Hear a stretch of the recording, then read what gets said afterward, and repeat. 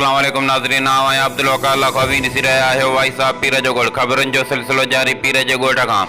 पीर जो ॻोठ लॻो ॻोठ मोरियल छंभाणी ते मुख़्तलिफ़ थाणनि जी पुलिस जी चढ़ाई फायरिंग दौरान मुबैना गोली लॻण सबबि औरत ज़ख़्मी। अटे जी चक्की ऐं घरनि में भंजट्रा लोड़नि खे बाहियूं। घर में भंजट्रा ऐं औरतुनि मथां तशदुद ख़िलाफ़ ॻोठाणनि जो एहतजाज। इंसाफ़ जी घुर। ख़बर मूजिबि पीर जो ॻोठ लॻो ॻोठ मोरियल छंभाणी ते मुख़्तलिफ़ थाणनि जी सादिक कलोड़ो, अब्दुर्रहमान उनड़, वॾा मैसर, आमदपुर, पीर जो ॻोठ, वॾा माशियूं ऐं ॿियनि थाणनि जी पुलिस जी चढ़ाई। घरनि जी पनाह लोड़नि ऐं अटे जी चक्की जी मशीन खे बाहियूं।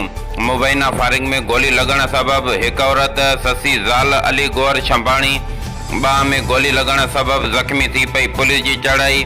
घरनि में भंजट्रा, औरतुनि मथां तशदुद करण ख़िलाफ़ ॻोठाणनि अरबेलो छंभाणी ऐं ॿियनि एहतजाज कंदे चयो त पुलिस बेगुनाह असांजे घरनि ते चढ़ाई करे अटे जी चक्की समेत घरनि जी पनाह लोड़नि खे बाहियूं ॾेई घरनि मां फुरलट करे रोक रक़म, सोना ज़ेवर ऐं ॿियो क़ीमती सामान खणी वञण सां गॾु असांजी औरतुनि खे तशदुद जो निशानो बणायो वियो आहे ऐं पुलिस घरनि मथां फायरिंग कई आहे, जंहिंमें हिकु औरत ससी छंभाणी खे बाह में गोली लॻी वई आहे ऐं मज़ाहमत करण ते ॿियनि औरतुनि बशाज़ादी, भागिल ख़ातून, मुख़्तियार ख़ातून छंभाणी ऐं ॿियनि खे तशदुद ऐं तज़लील जो निशानो बणायो आहे। जंहिंखां पोइ पुलिस घरनि मां 2 मोटरसाइकिलियूं, 10 शेला बकरियूं पुणकाए वई आहे। उन मौक़े ते ॻोठणनि DIG सखर SSP खैरपुर खां मुतालिबो कयो त नोटिस वठी असां खां इंसाफ़ कयो वञे।